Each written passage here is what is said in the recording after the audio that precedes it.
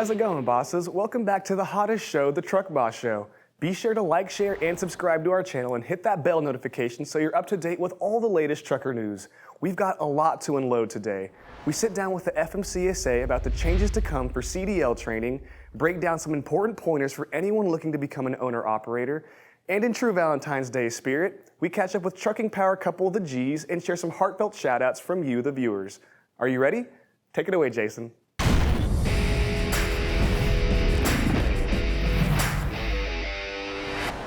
FMCSA will be implementing changes to the process of obtaining a CDL. But what are those changes and who will they apply to?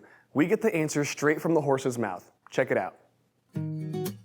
Attention all prospective truck drivers. The process of obtaining a CDL is changing and goes into effect on February 7th. We sit down with Joshua Jones, the entry-level driver training program manager, to break down these changes. So, what exactly is changing about the process of obtaining a CDL and what led to this? Yeah, so the ELDT, or the entry-level driver training final rule, established minimum training standards for individuals applying for a Class A or Class B CDL for the first time, individuals upgrading their existing Class B CDL to a Class A CDL, as well as individuals obtaining the hazardous materials endorsement, the passenger endorsement, and the school bus endorsement.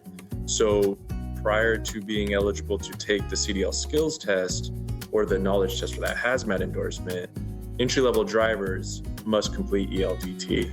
And the final rule is just in response to a congressional mandate imposed under the Moving Ahead for the Progress in the 21st Century Act, MAP 21. CDL applicants must undergo training prior to taking a skills or knowledge test. But what does that training look like? Entry-level drivers must receive training and demonstrate proficiency in the following areas. And first, it's theory training. And theory training includes lectures and demonstrations, computer-based training, or online training. You know, that type of training can be done with simulators and things like that, but it includes basic operation of commercial motor vehicles, safe operating procedures, as well as advanced operating procedures, and then of course non-driving activities like hours of service.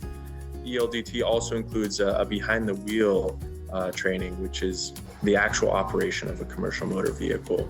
You know, no simulators can be used for, again, it's actual operation of a CMV, and then it's basic vehicle and controls and mastery of basic maneuvers. So there's just those two certain categories, theory and behind the wheel, but that's what ELDT consists of.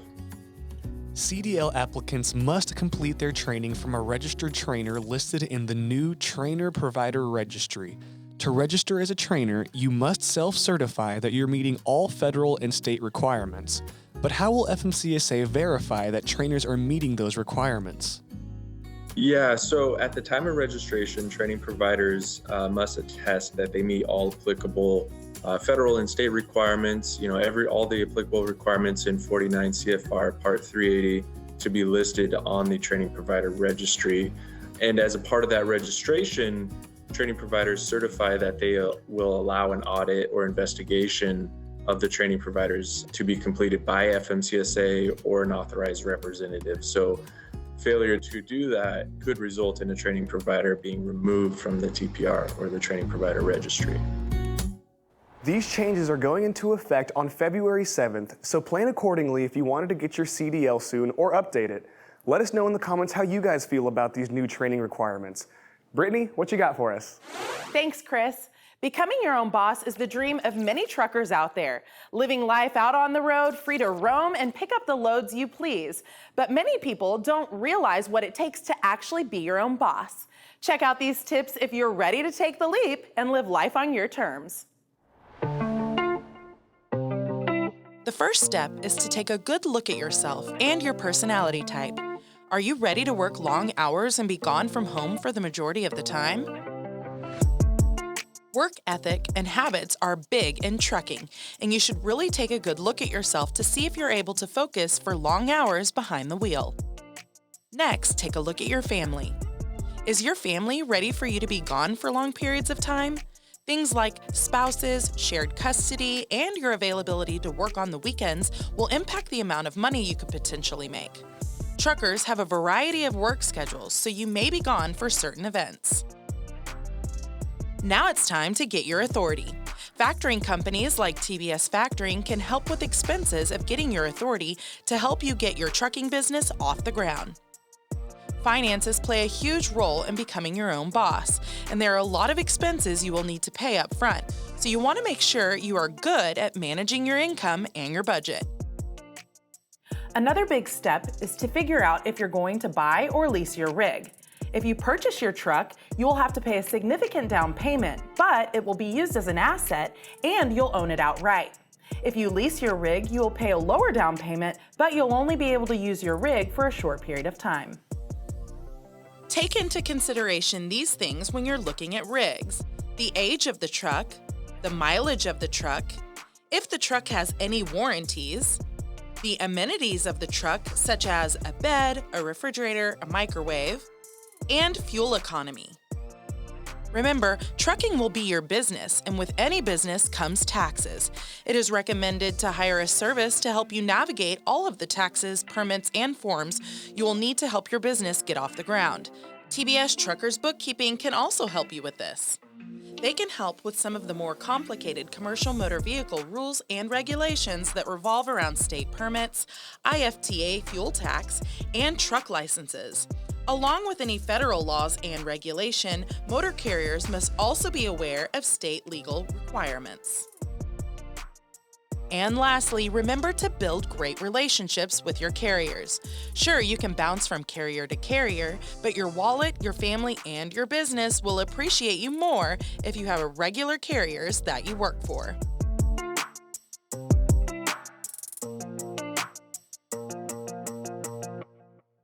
If you'd like more information about becoming your own boss, or you want financial assistance getting your authority, please check out truckersbookkeepingservice.com. Nikki, what you got for us?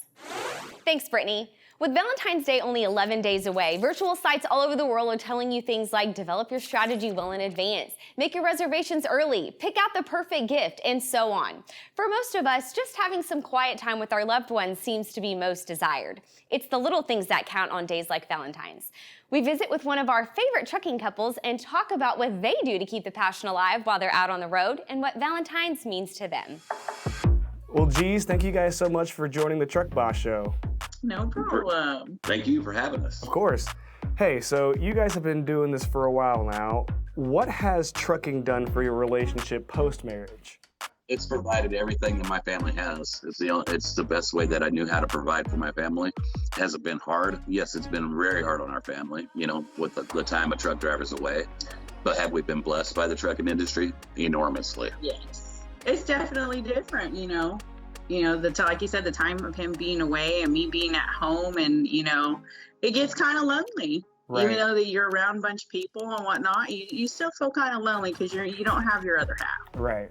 Are you guys ever on the road on Valentine's Day? And if you are, what is that like what does that look like year to year? It would have been a whole lot easier if you would have just asked, have I ever been home for Valentine's Day? when you're a family and you're married and you got kids, small kids especially, you pick and choose your holidays to come home. You pick and choose the times that you need to be home. So our biggest ones was always Christmas. It was always Thanksgiving and the birthdays. And any other holiday that you might have made it home for was bonus. Mm-hmm, mm-hmm. But even with him being on the road for for Valentine's Day, he always made sure that we got the kids chocolates, and that was a tradition. And with us being on the truck together, if we're out on the road during a holiday, he always, he is a romantic. He finds a nice place for us to eat. And we actually sit down and have a meal, which he completely hates. Usually it's like, just take it back to the truck and lay down. Where's this guy you're talking about? I'd like to meet him. Well, that's great. So, on that same note, what do you guys enjoy doing the most together on the road? Is it, listening to music, or do you guys have, strike up conversations, or what is that like? I thought this was a G-rated show. It's Trucker G-rated. There you go. We really like to go see family any chance we get. You know, we've got family all over the United States, so if we can get by somewhere where we can see family or even friends, we enjoy it. And with the page, I mean, the friends list has really grown. Well, Trucker G and Mrs. G, what an awesome couple they are. You can really tell that they're in love and that they can stand to be around each other 24/7. I love that Mrs. G said that he loves to keep it romantic every year, and even if they're on the road, they can stop somewhere. And I love that he does all that planning for them. Spicy. Yeah. Saucy. That's right. And we have a few Facebook shout-outs for you guys for Valentine's Day. Here's one from Daniel Miller. Yes, Daniel Miller. He says, to the best co-driving, side-kicking, truck-driving mama, Allegra Miller. Happy Valentine's Day, Allegra. And we have another one from Brianna Harold. She says, to the truck driver that stole my heart, Cody Sparks. Oh, How sweet I is love that. I So love that fun. I hope you'll have too. the best Valentine's ever. Yes. And we actually have some shout outs of our own. That's right. And mine is to my forever Valentine, my hubby. I love you forever. And always. Yes. And here is my beautiful mother and a few of our pups. Valentine's Day is not all about romantic love, right? No. Take a look it's at all my kinds of love. Yeah, take a look at my cute babies. This is Presley and Trip. They are the light of my life, and they make me so happy every day. Oh That's my awesome. gosh, Good. I love that. Well, guys, for the next show, we've got a great one. We're talking to Joe Rakovacs of the Western States Trucking Association about one of the fastest growing demographics in the trucking industry. And we take a really cool walk around with a Budweiser cattle hauler. His name is Britt. He's got the most fantastic mustache. Sorry, Chris. He does have the most fantastic mustache. You guys will want to check that out. Nice. And don't forget to like, share, and subscribe because none of this is possible without your support. So why do we do this, guys? Because you're the boss.